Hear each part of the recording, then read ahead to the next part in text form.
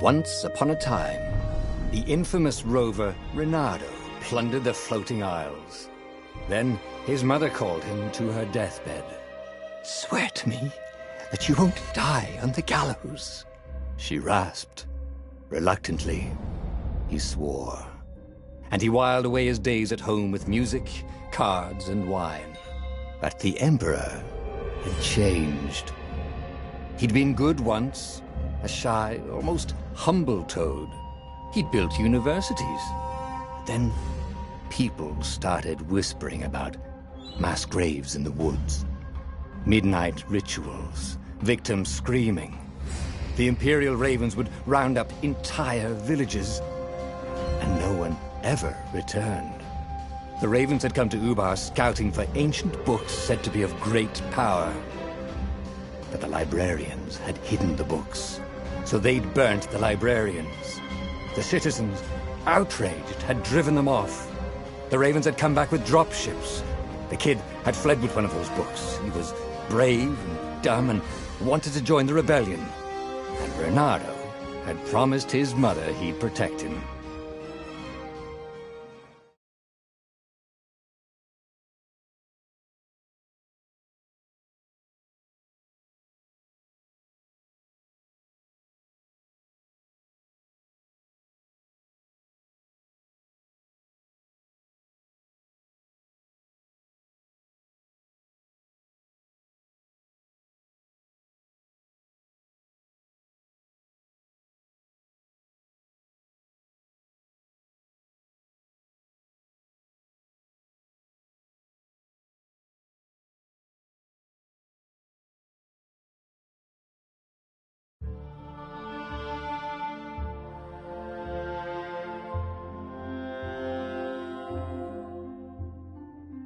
The kid was looking down, watching his city burn. "Sorry, kid," Reynardo told the kid. "Look, if we give them the book, they'll leave you alone." "My mother died for this book!" "I promised her I'd protect you." Oh, damn it. The kid had run off. With the book, of course. So Reynardo had to run after him.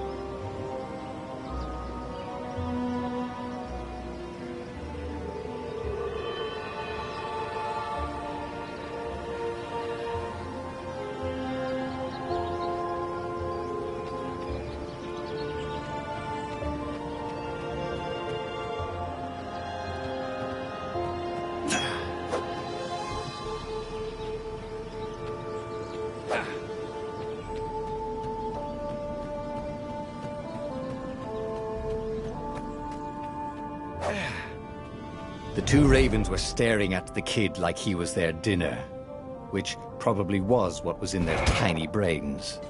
"Hey," Renato said. They cocked their heads at him. "Pick on someone as ugly as you." Wait, that didn't come out right. "For the Emperor!" The ravens cawed and rushed at him.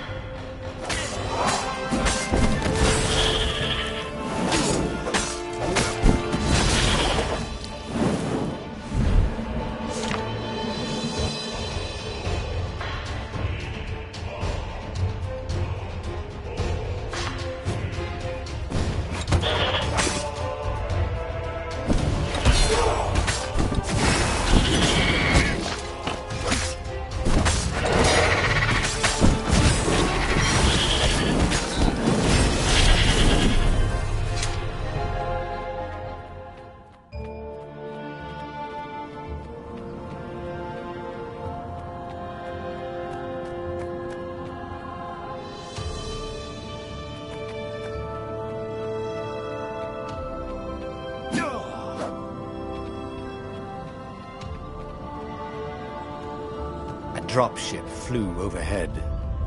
He hoped they hadn't noticed him. The kid.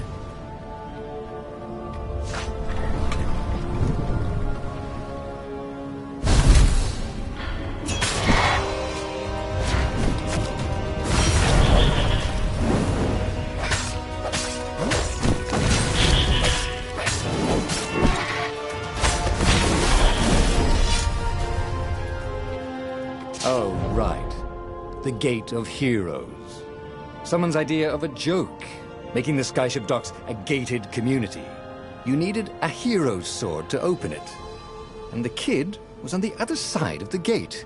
Who let you through? Promise me you'll take the book to the rebels, or I'm gonna steal your ship. I'm not taking that damn book anywhere, and neither are you. Try and stop me, laughed the kid. I bet you don't even have a hero's sword. And with that, the kid hopped away.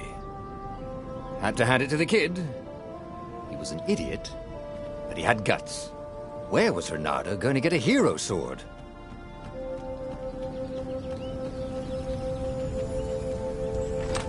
Ore and wind essence? That sounds about right. I'll need a workshop, though. Perfect.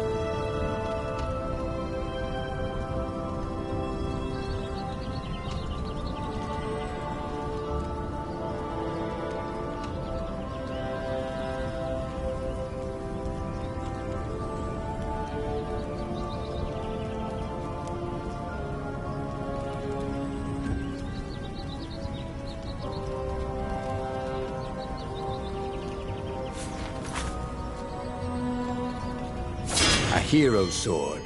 QED.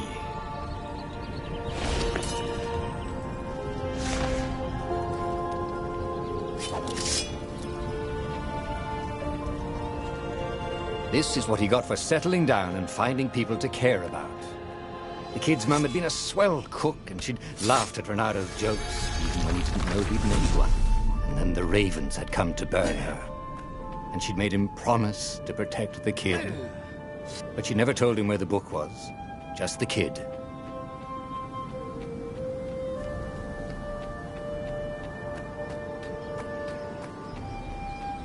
He came up to a ledge. It was too far to jump. There'd been a bridge here before, hadn't there? And there was Peter, giggling at him. "How'd you get across?" he asked the kid. "Where'd you find a hook?" "I hopped," said the kid. Wise-ass kid. "Hey, look out behind you!" "Cute," said Renato. Ah, ravens.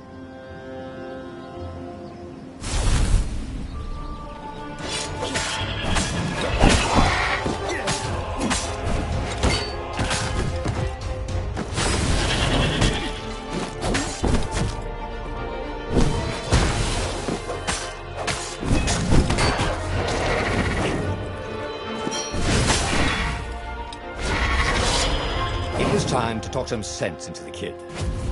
Just hook his way across the ledge and chase the kid down. Thing was, he hadn't used his hook since he'd retired. How had he done it? Maybe if he meditated at that altar there, he'd remember his old skills.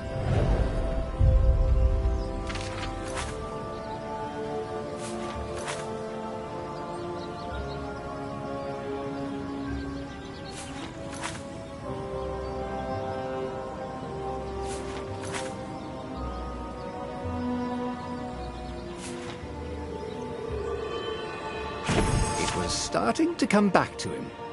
Something you never completely forgot, like how to freeze time when attacking. The more he fought, the more he'd probably remember.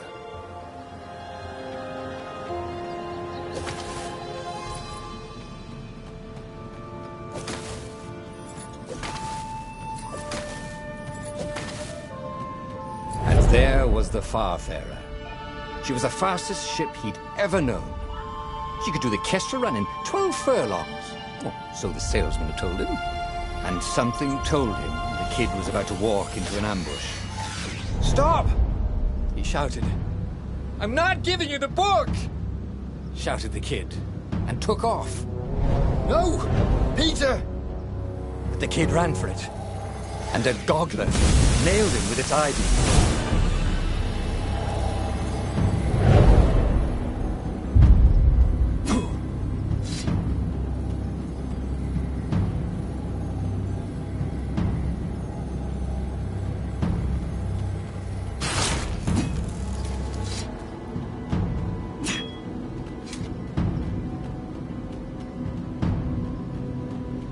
The book was unburned. Next to it were the buckles from the kid's shoes, and a kid-sized pile of ashes. Damn it, why hadn't he lied and told the kid he'd take the book to the rebels? The kid would be alive now. Really pissed off and betrayed, but alive. Oh, damn it. Reynardo picked up the book. He couldn't let the Empire have it now. He was going to have to get it out of there. He'd be a wanted man. Probably have to join the rebellion just to have a place to dock. Well, he'd hated home life anyway.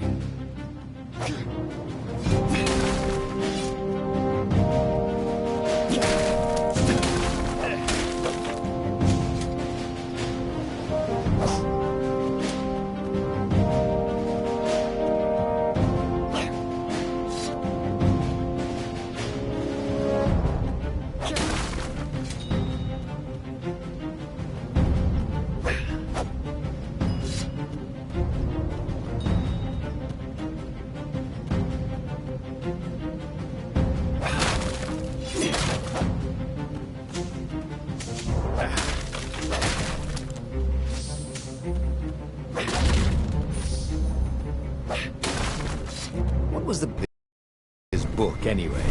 Maybe he should open it and find out.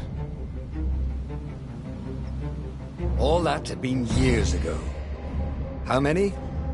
The war was a blur, and now 3 Raven scout ships were chasing him. "Where are you running, rebel?" cawed the Raven captain over the loudhailer. Reynardo could see them cranking up their catapults. "Just going out for milk?" Reynardo yelled back. "Where can you run?" laughed the Raven horribly. Far behind him, another city was burning. The dark cloud above its island was thousands of Imperial ships. The fleet was doing a thorough job. "Take us to the rebel base, and we'll spare your life!" it cawed. The entire jury-rigged rebel fleet was only a few islands to the east. Beyond that were only the pillars of heaven. A sea of endless blood-colored tornadoes. The rebellion was out of time, unless Reynardo could bring a game-changer. Maybe he could. Reynardo had found out where he could find the pieces of the Sky Ripper, the legendary weapon that had exiled the lost gods. Surely a legendary weapon could win the final battle. On the other hand, his old friend Lupino had sent Reynardo a desperate message saying he had a brilliant scheme to save the rebellion. If Reynardo could only rescue him. Renato dived the Farfarer towards the abyss. As he felt the heat of the jet stream, the Raven ships peeled off, not stable enough to follow him down there. Now it was time to choose. Lapino or the Sky Ripper?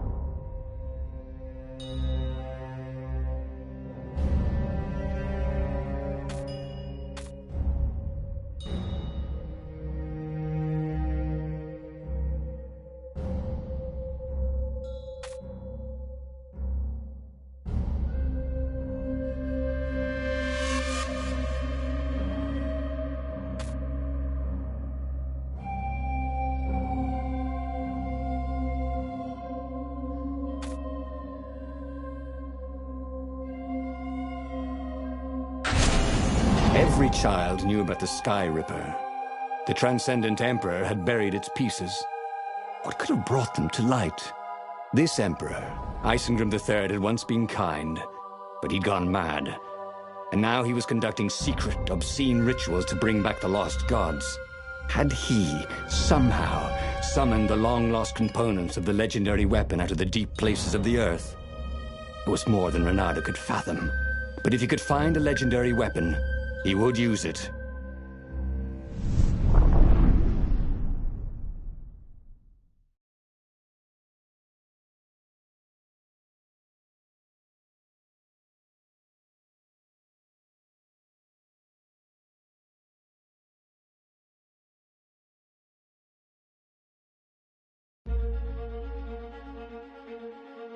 As he set foot on the island, Renato could not help but feel a tinge of guilt. He'd left Lapino behind. He hoped the Mad Rabbit had somehow escaped the Ravens. He hoped they hadn't eaten him. If they had, he hoped they hadn't eaten him alive. Why had he chosen the Sky Ripper? Renato never made plans that required constant vigilance. He was a hero. He didn't think too much. He just went with his gut and hoped it all worked out. The Sky Ripper was a long shot. He'd have to devote himself to it. No side journeys, no rescuing old friends. That was against his nature. Could he stick with it?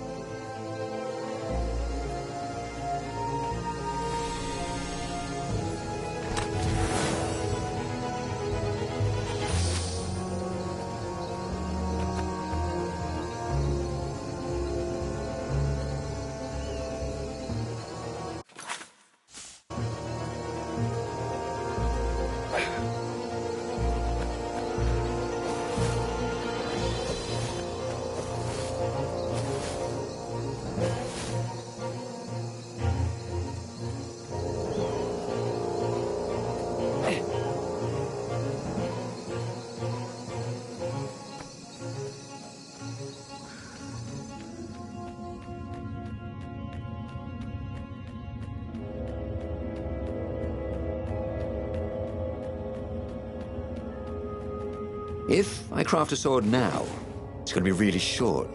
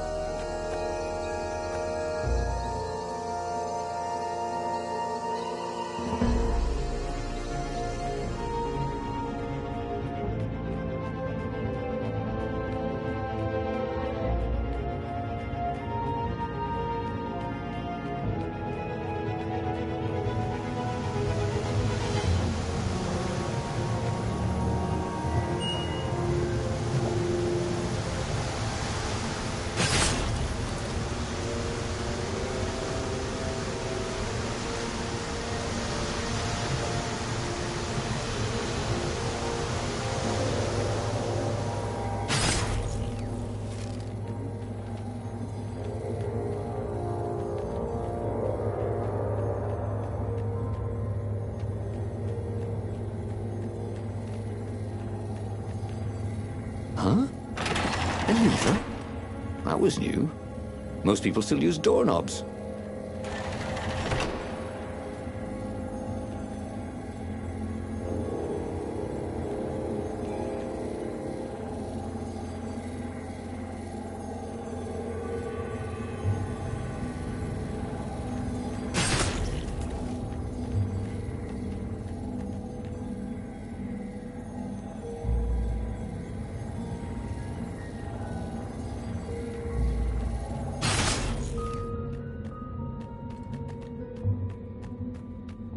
The people who had built this castle, did they even know what monstrous weapon lay hidden within their walls? The Sky Ripper could destroy anything it touched, or so the legend said. As the Transcendent Emperor had fought the Lost Gods, thousands of thousands had died. But Reynardo had been through wars. The only merciful war was a short one. Reynardo's blood was up. He just needed to smash something.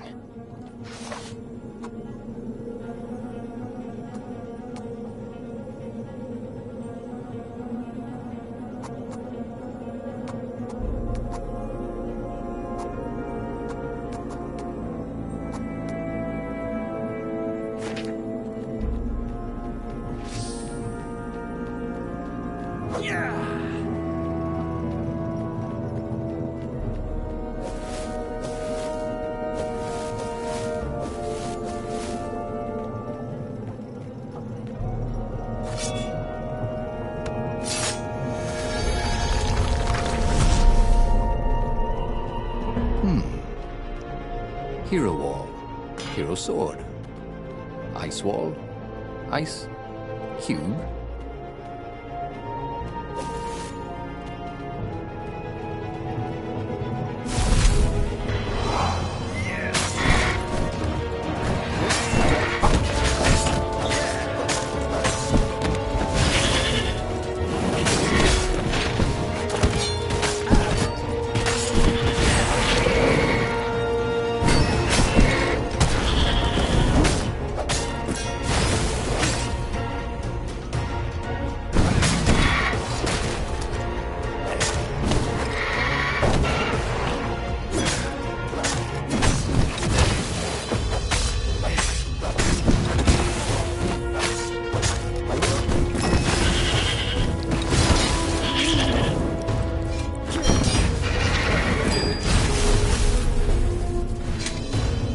Reynardo had learned so much about... Ooh, what was it again?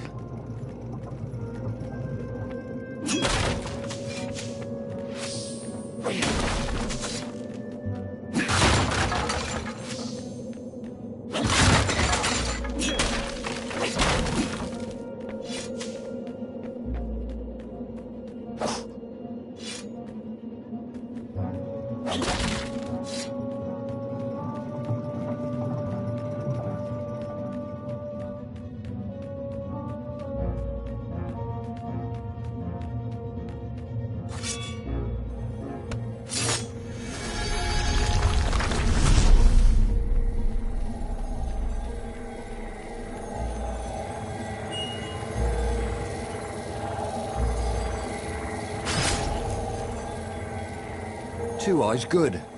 One eye, dead.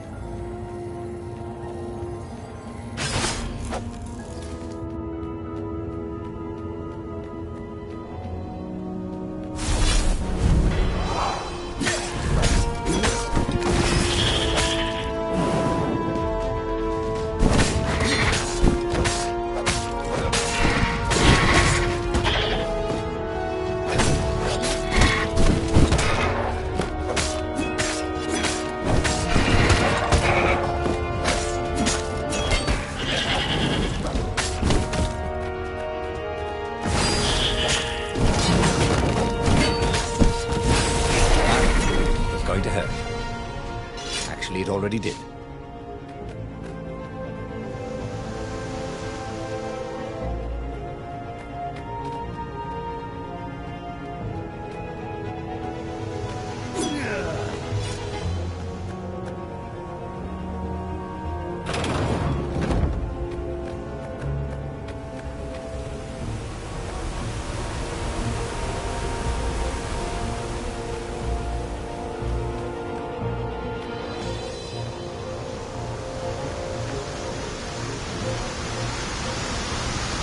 Firewalls only let you through if they think you're hot enough.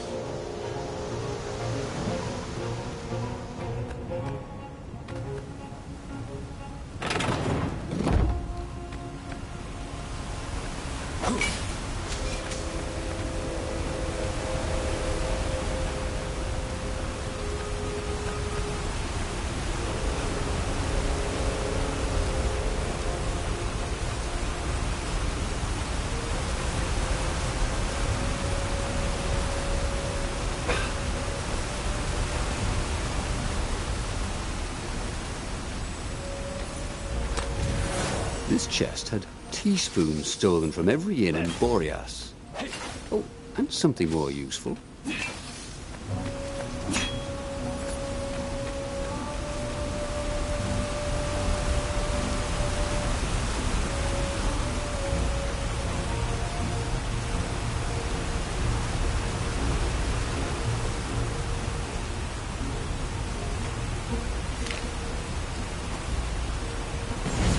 Starting to come back to him.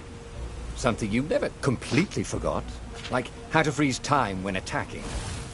The more he fought, the more he'd probably remember.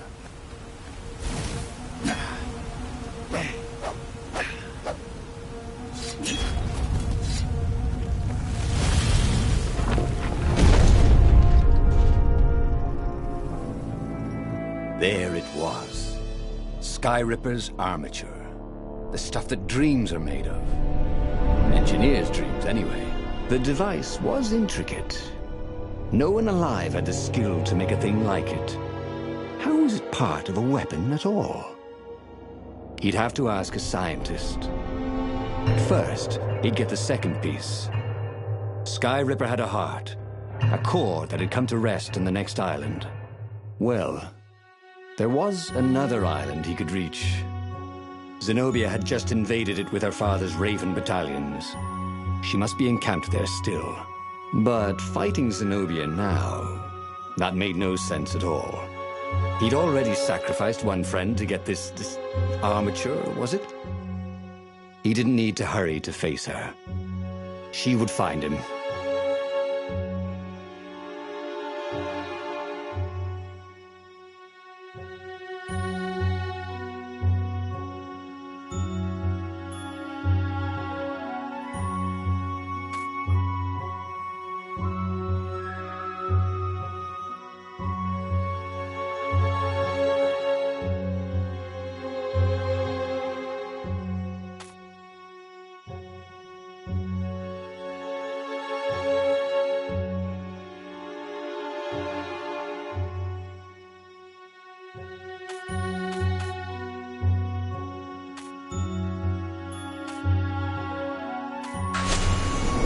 Asked himself why he changed course to confront Zenobia. He'd no idea. Sometimes he would just do things. He'd done them. Usually, they worked out. After all,